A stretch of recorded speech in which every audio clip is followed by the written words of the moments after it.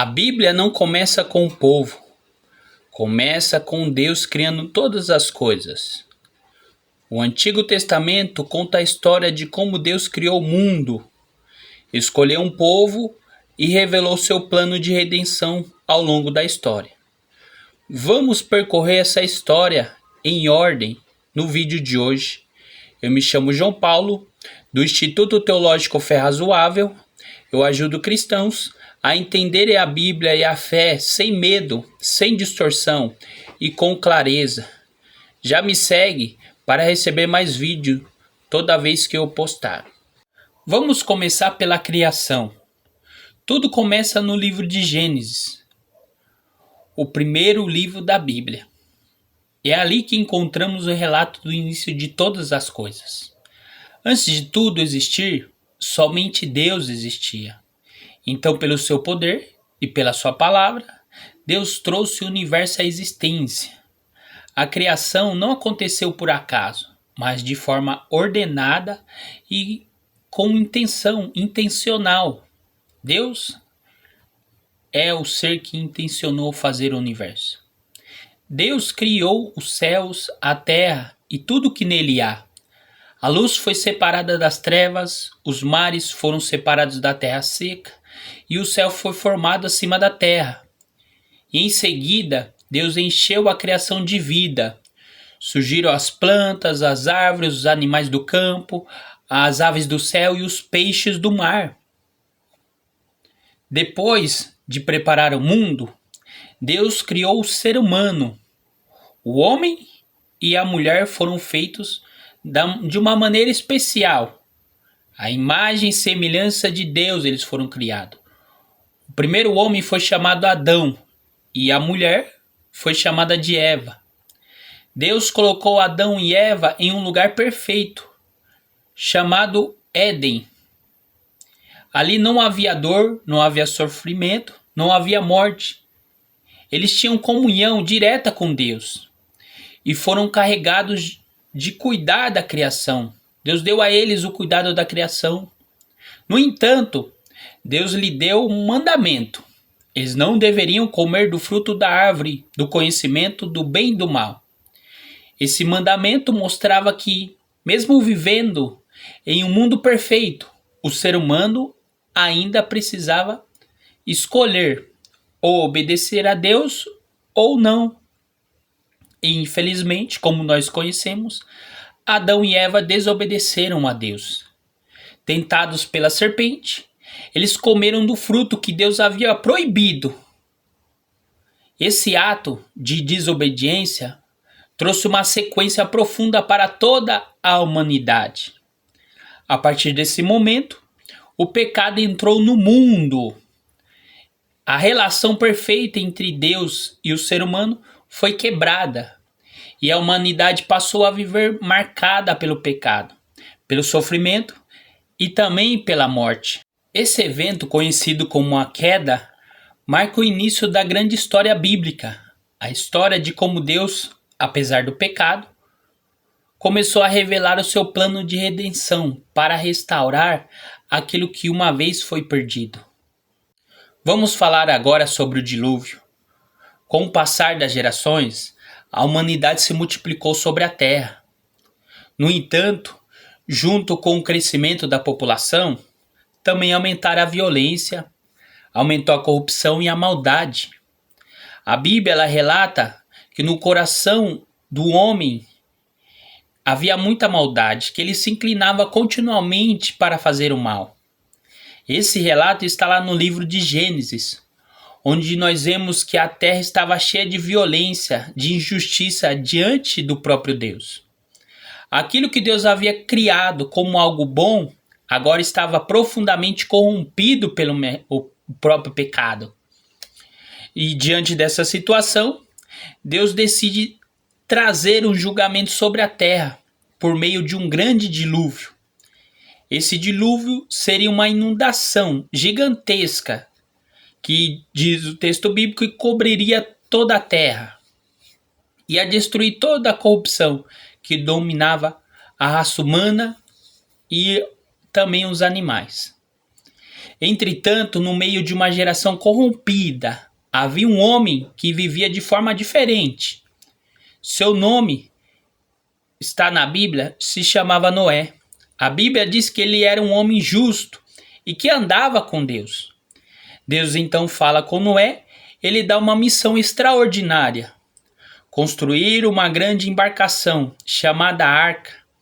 Essa arca seria enorme e serviria como um meio de se salvar durante o dilúvio e salvar também outros animais, 2 casais de cada um.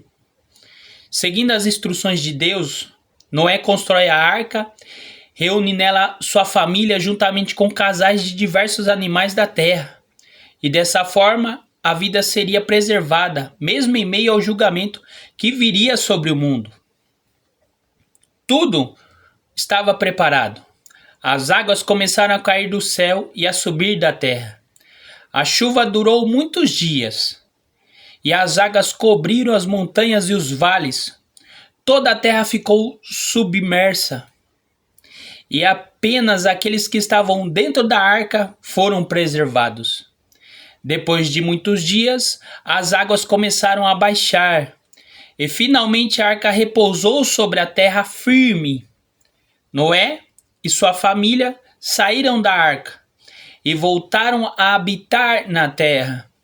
Após o dilúvio, Deus estabeleceu uma aliança com Noé e com toda a humanidade. Nessa aliança, Deus prometeu que nunca mais iria destruir a terra por meio do dilúvio.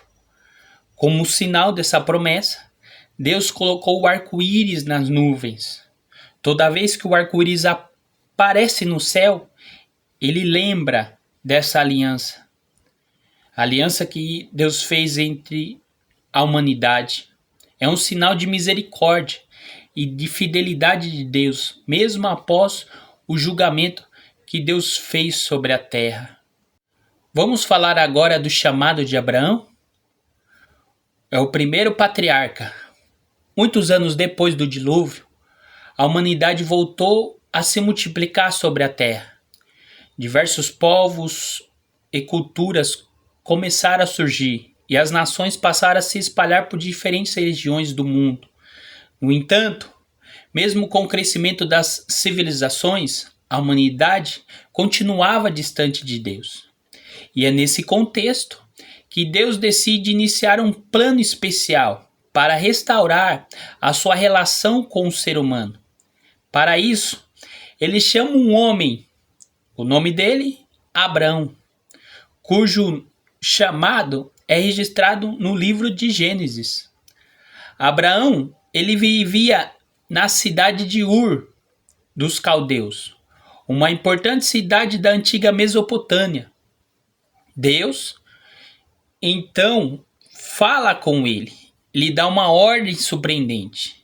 Ele deveria deixar sua terra, sua parentela e a casa de seu pai para ir a um lugar que Deus ainda lhe mostraria. Mesmo sem saber exatamente para onde iria, Abraão decide confiar em Deus e obedecer ao seu chamado. Esse ato de fé marca o início de uma das histórias mais importantes de toda a Bíblia, a história de Abraão. Abraão, Deus faz a ele promessas extraordinárias, e essas promessas formam aquilo que muitos chamam de aliança, a aliança abrâmica, e envolve 3 elementos principais. O primeiro deles, Deus promete que Abraão surgiria como uma grande nação, mesmo sendo já idoso e não tendo filhos naquele momento. Deus afirma que a sua descendência seria numerosa, tão incontável quanto as estrelas dos céus. Em segundo lugar, Deus promete uma terra para a sua descendência. Essa terra seria o lugar onde os seus descendentes viveriam e formariam um povo especial, separado para Deus. E em terceiro lugar, Deus promete que todas as nações da terra seriam abençoadas por meio dele E essa promessa aponta para algo muito maior do que apenas a formação de um povo. Ao longo da história bíblica, os cristãos entendem que essa promessa se cumpre plenamente em Jesus Cristo, que viria da linhagem de Abraão e traria a bênção para todas as nações.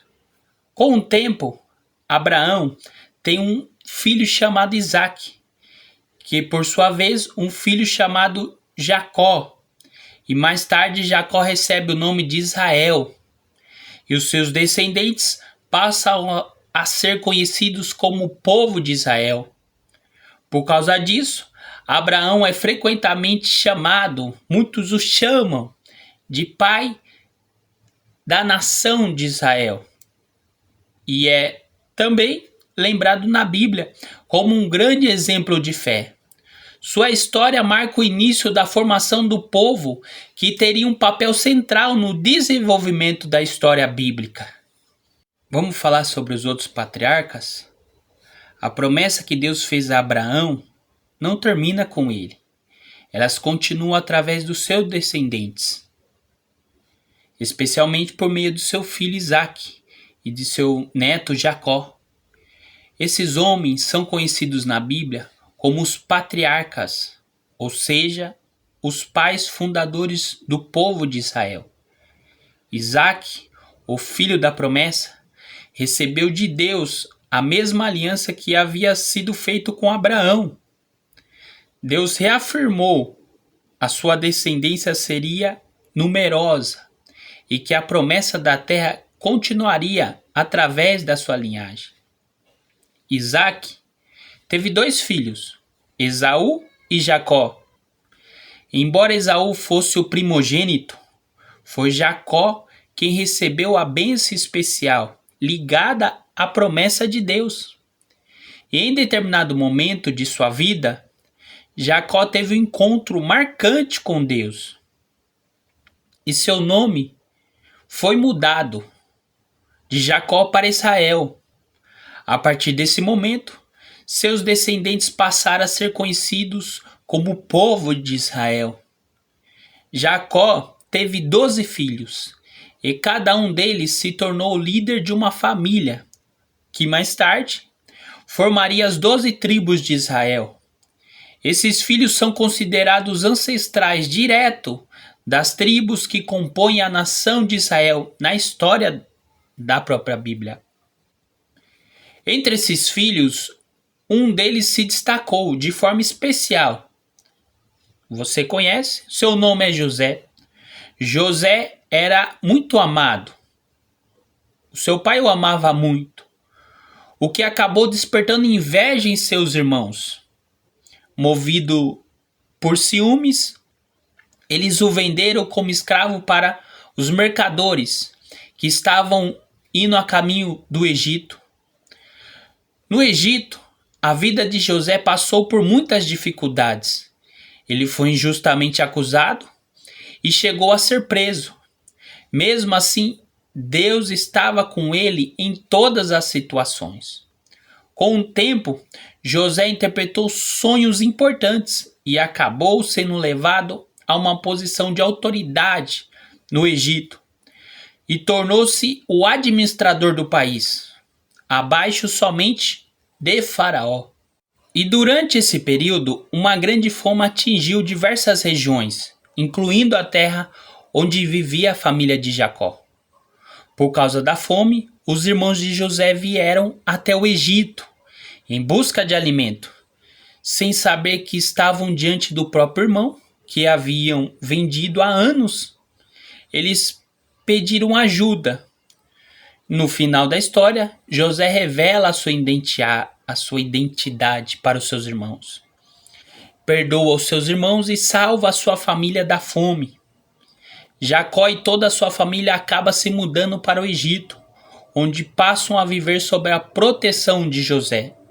E é nesse momento, que é um momento muito importante na história da própria Bíblia, porque marca o início da presença do povo de Israel no Egito, algo que mais tarde levaria aos acontecimentos do Êxodo, quando Deus libertaria o povo da escravidão.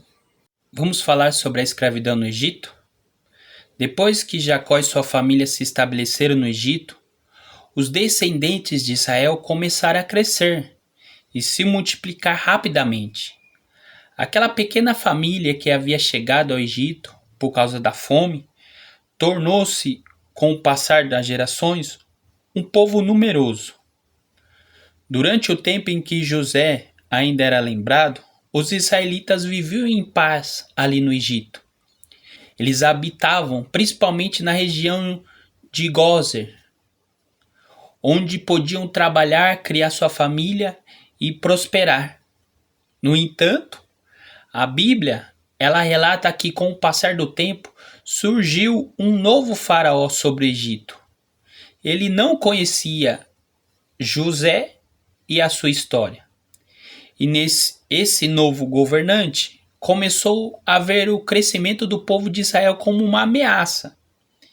Ele temia que em caso surgisse alguma guerra, viesse alguma guerra, os israelitas pudessem se unir aos inimigos e lutar contra o Egito.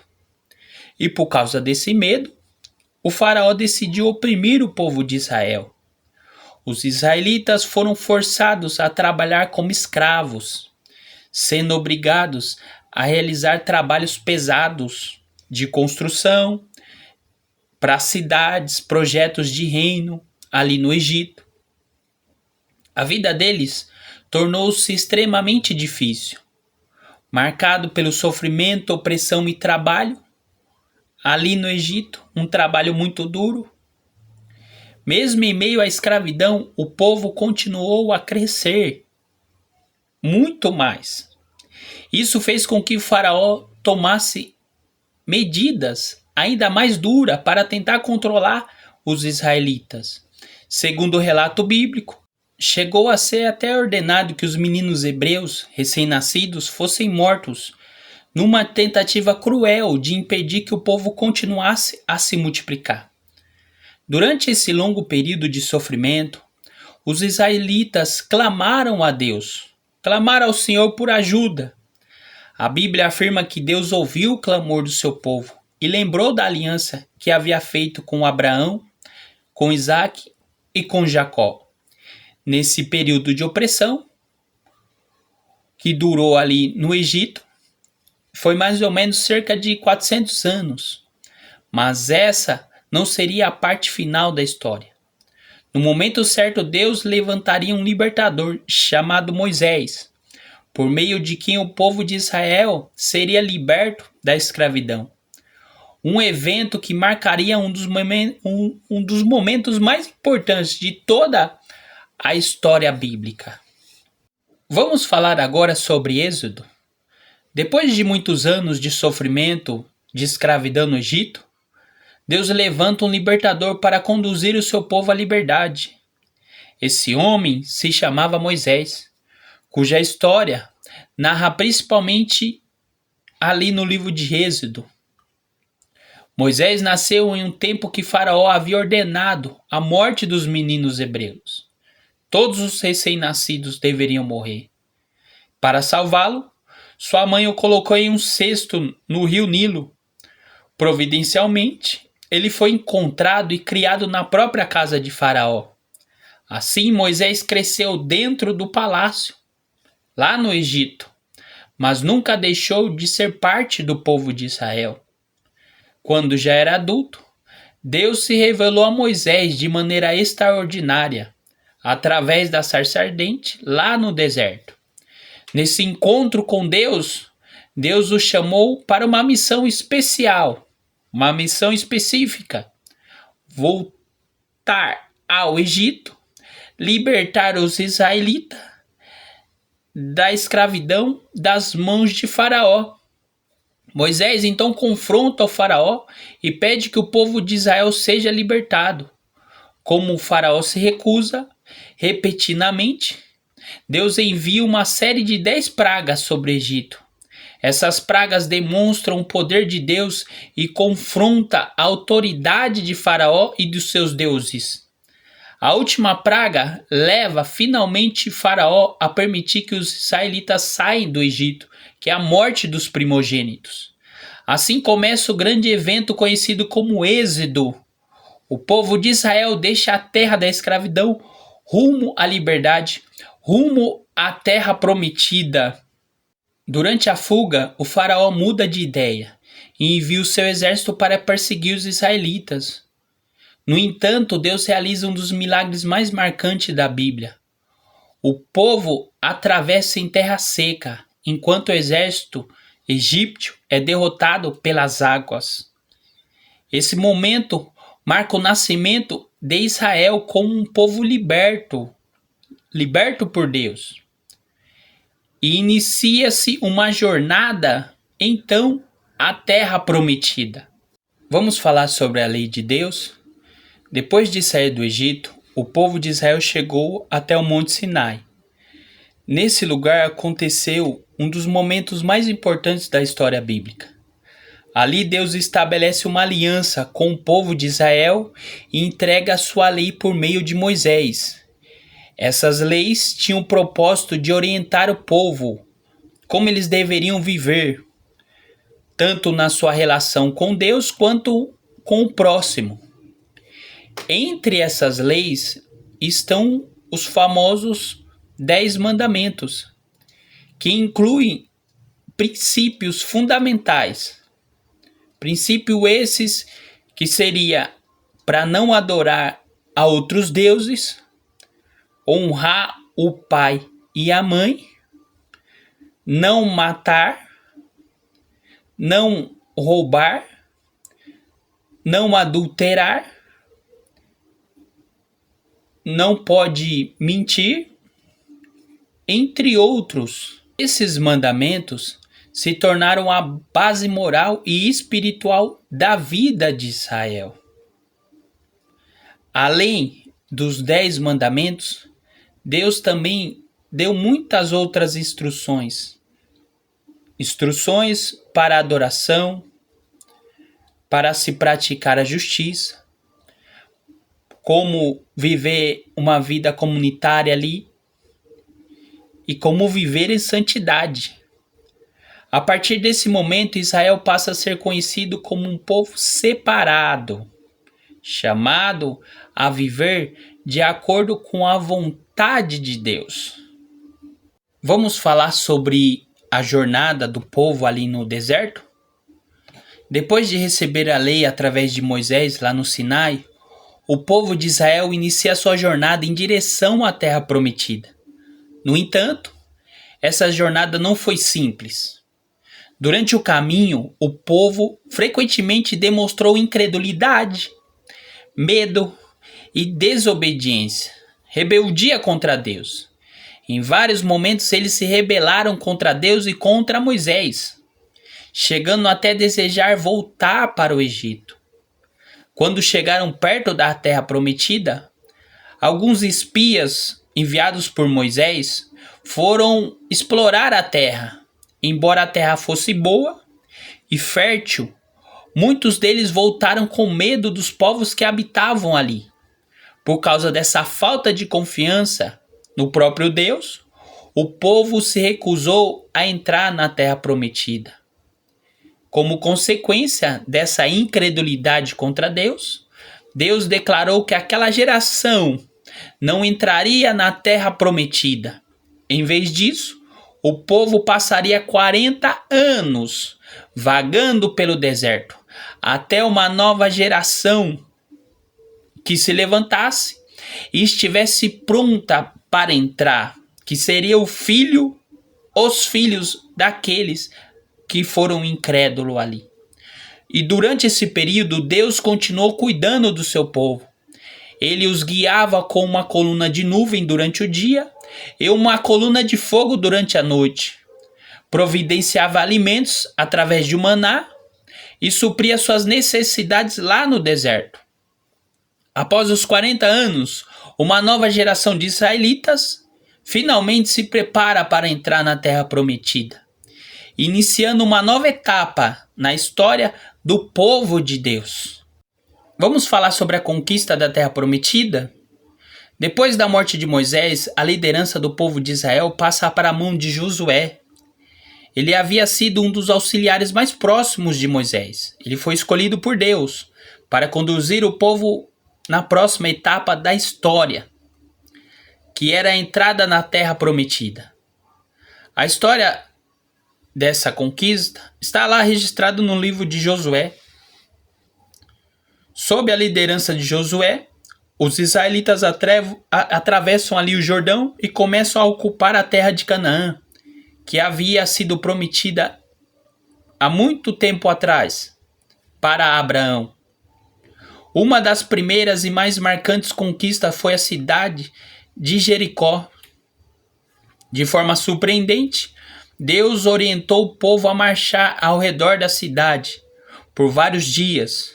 No momento determinado, as muralhas de Jericó caíram, mostrando que a vitória de Israel não dependia apenas de poderio militar, mas do poder de Deus, mostrando para as nações ali que era Deus que estava os conquistando, o Deus superior a todos os deuses. Ao longo do tempo, os israelitas foram conquistando diferentes regiões e dividindo a terra entre as tribos de Israel, estabelecendo-se definitivamente ali na terra prometida. Deus cumpriu a promessa feita a Abraão, a Isaac e a Jacó. Vamos falar sobre o período dos juízes?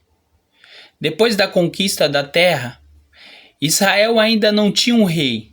Nesse período, o povo vivia organizado em tribos e Deus levantava líderes específicos para guiar o povo e libertar o povo em momentos de crises. Esses líderes ficaram conhecidos como juízes. A história desse período está registrada no livro de Juízes. Diferente de um juiz moderno, esses líderes eram pessoas escolhidas por Deus para liderar o povo, muitas vezes em tempos de guerra ou de opressão. E esse período ficou marcado por um ciclo repetitivo da história de Israel. O povo se afastava de Deus, caía no pecado e, como consequência, as nações inimigas oprimiam a Israel.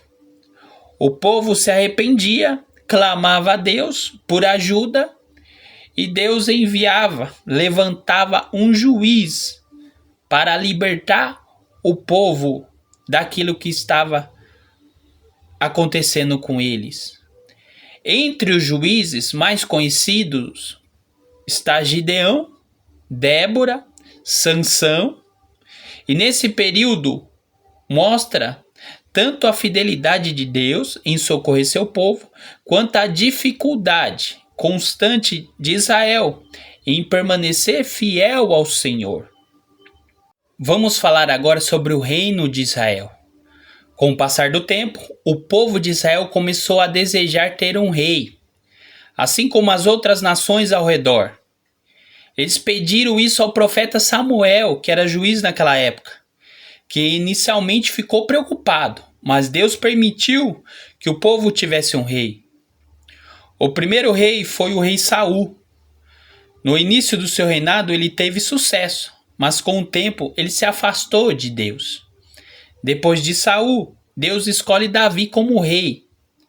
Davi se tornou um dos maiores reis da história de Israel.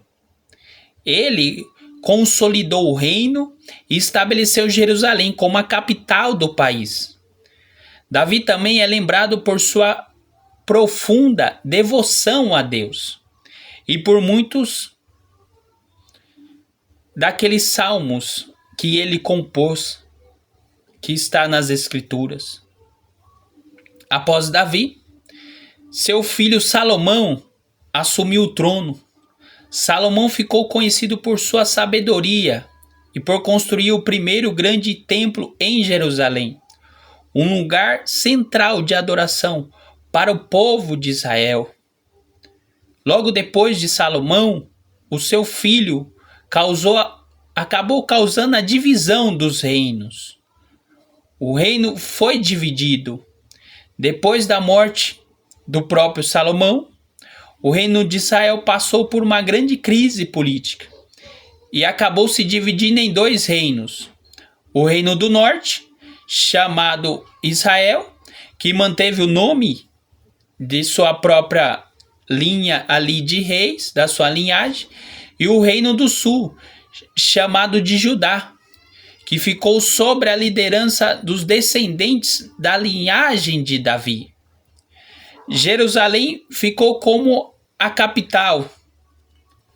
E durante esse período, muitos profetas, homens de Deus, enviados pelo Senhor para advertir o povo e para chamar a nação ao arrependimento, para eles se voltarem novamente para o Senhor, porque eles estavam se rebelando contra o Senhor.